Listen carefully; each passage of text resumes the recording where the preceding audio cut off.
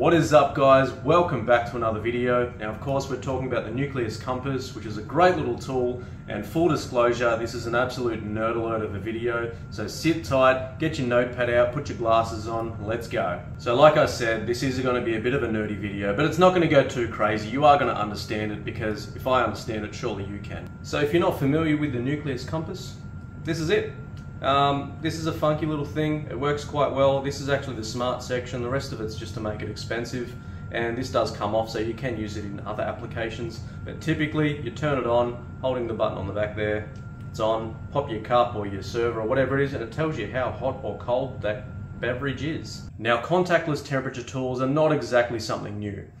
In this instance, it's more about the method of delivery and how it helps us improve a coffee experience. So let's get stuck into the nerdy stuff, and I'll explain as to how this helps and what it might be able to do for you. Now, there's a common misconception that coffee changes flavor as the temperature changes, and this is just not true. It's our perception of that flavor due to our flavor receptors. Now, the research shows that below 59 degrees Celsius, the little channels and receptors in your tongue barely open, which is obviously going to minimize the amount of flavor that you're going to taste. And on the opposite end of the spectrum, at 98.5 degrees, those receptors open up 100 times that, allowing a lot more flavor to come through, or at least our perception of that flavor. So the research will show that you can actually break down these receptors into taste zones. For example, our heat receptors peak at about 45 degrees Celsius, and our sweetness at around 37 degrees Celsius, which means the same cup of coffee will taste different as it cools down. Now, this is where a tool like this comes in very handy to a nerd like me, because when serving a coffee as an experience in my cafe, and simply telling someone that the coffee is going to get sweeter as it cools down just isn't good enough, especially when we're charging for a premium service. So let me back up for a minute. During my professional career, I've been lucky enough to say that I've had some incredible cups of coffee. And with some of these cups, they've been extremely detailed in flavour. Now, the issue with this is that by the time I'd finished drinking the coffee, I'd realised that I didn't actually get to enjoy it, rather than spent the entire time breaking it down, trying to work out what these flavours were. So now what we can do is break these zones down into flavours and share it. So let's say this coffee has notes of peach, strawberry and vanilla. And then what I would do is a complete tasting session from the hottest to the coldest and note along the way. For example, at 88 degrees Celsius, peach.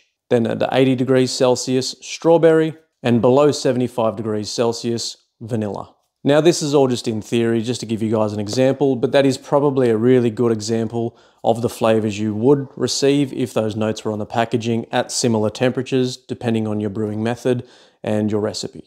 As citrus flavors will come out at the higher temperatures typically, and then the vanilla and chocolates and those types of flavors will come out closer to the bottom. Then I can share those details with my client and explain to them the process. So if they want to enjoy it at the peach flavors, they need to drink it sooner. If they do prefer more of that sweet vanilla sort of flavors, wait until we get closer to the 75 degrees Celsius and then consume. So not only does it help the client enjoy the coffee at the flavor that they prefer, but it also removes the part of the job that is my job. So I spend the time breaking down the flavors so that the client can just simply enjoy the coffee. So you probably want to see this thing in action, so I guess I'm going to have another coffee. Oh no, let's go.